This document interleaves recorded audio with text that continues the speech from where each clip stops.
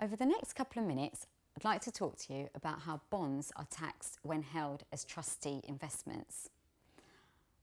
Basically, the rules applicable in respect of when a chargeable event arises or occurs and the way in which you calculate a chargeable event gain is very similar to that of an individual. If you haven't seen my previous video on bond tax for individuals, now may be the perfect opportunity to pause here and have a look at that before you go on to look at this one.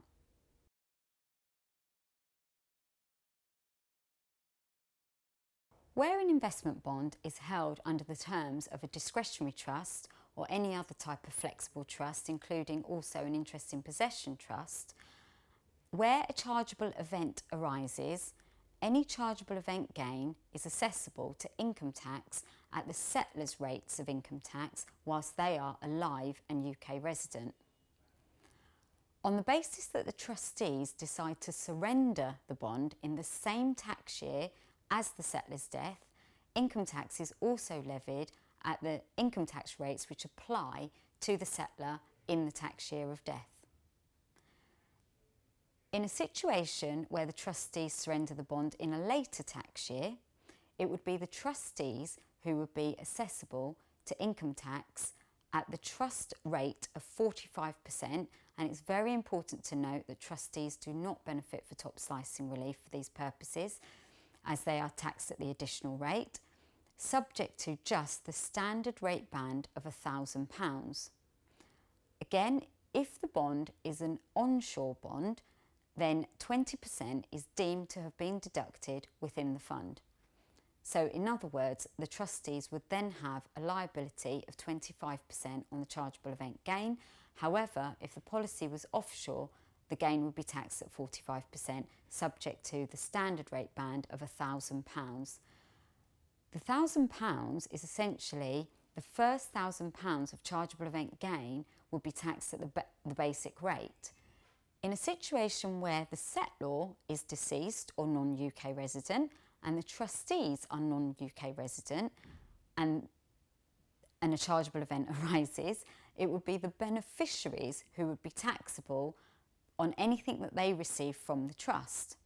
And it's important to note in this situation that the beneficiaries are effectively treated as receiving trust income, so they would not benefit from top slicing relief either. Of course, an advantage may be for the trustees to consider assigning the policy out of trust to the beneficiary. And of course, because bonds are clustered or segmented policies, they could assign one or two segments out to a beneficiary. And when the beneficiary chooses to surrender those clusters or segments or the policy in its entirety, they would be assessable to income tax in accordance with their rates of tax. For income tax purposes, an assignment of the bond or the clusters or segments within the bond would not trigger a chargeable event for income tax purposes. However, it could trigger an exit charge for inheritance tax purposes because the beneficiary is treated as receiving capital out of the trust.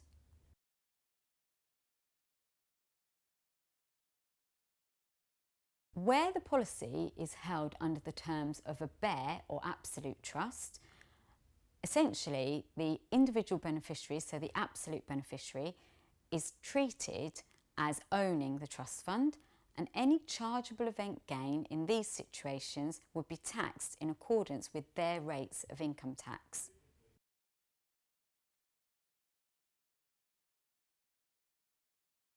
Okay, so I've briefly explained how a chargeable event gain would be taxed where a bond is held under the terms of a discretionary interest in possession, flexible trust or a bare trust.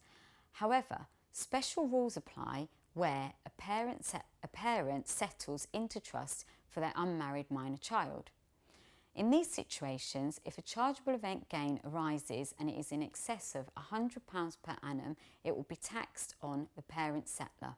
This is a brief overview of how bonds in trust are generally taxed, but as you will appreciate, special rules apply where, for example, the trust may have been settled by more than one person and one of those persons possibly died in an earlier tax year. We do have a specific library document within TechLink entitled Persons on whom chargeable event gains are assessable on. So it would be a good idea for you to have a look at that for further information.